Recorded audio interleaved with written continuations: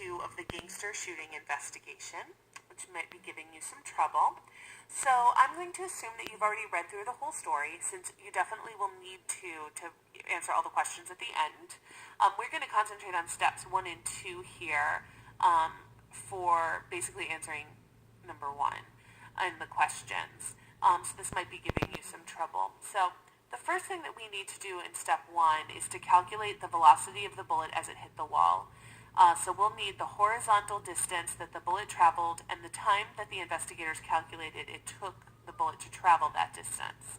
And we'll use the formula final velocity equals distance divided by time. So we need to know the distance and the time, which are given to us. So the distance, and it even gives us a little hint, that the horizontal distance is how far the bullet traveled behind leaf bottom. So if you look up here in the 3rd paragraph, it says that the bullet was 3 meters behind him. So 3 would be our distance.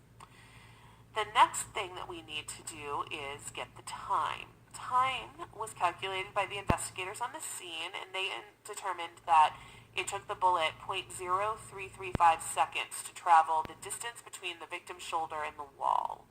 So basically, we need to do 3 divided by 0.0335. So let me pull up a calculator here, and we can do that one first. So the distance, 3 meters, divided by 0.0335, make sure your decimal point's in the right place, would be 89.5. That's our final velocity, is 89.5. So 3 divided by 0.0335 equals 89.5, our final velocity. Now that we know that, we can use this information to find the final velocity of the bullet. The final velocity of the bullet is 30% of its initial muzzle velocity. So we want to find the initial muzzle velocity. And then we can determine which weapon was used. Now, I'm going to have you skip this step right here, this times 100%, because 89.5 times 100% is 89.5. Anything that's 100% of itself is itself. So 89.5 is still our number, and then we need to divide by 30%. Well, the easiest way to do that actually is, let me pull my calculator back up again, is not to type in 30% into our calculators, because that will give you the wrong answer. So what we want instead is 89.5, that was our final velocity, and we want to divide by 0.3.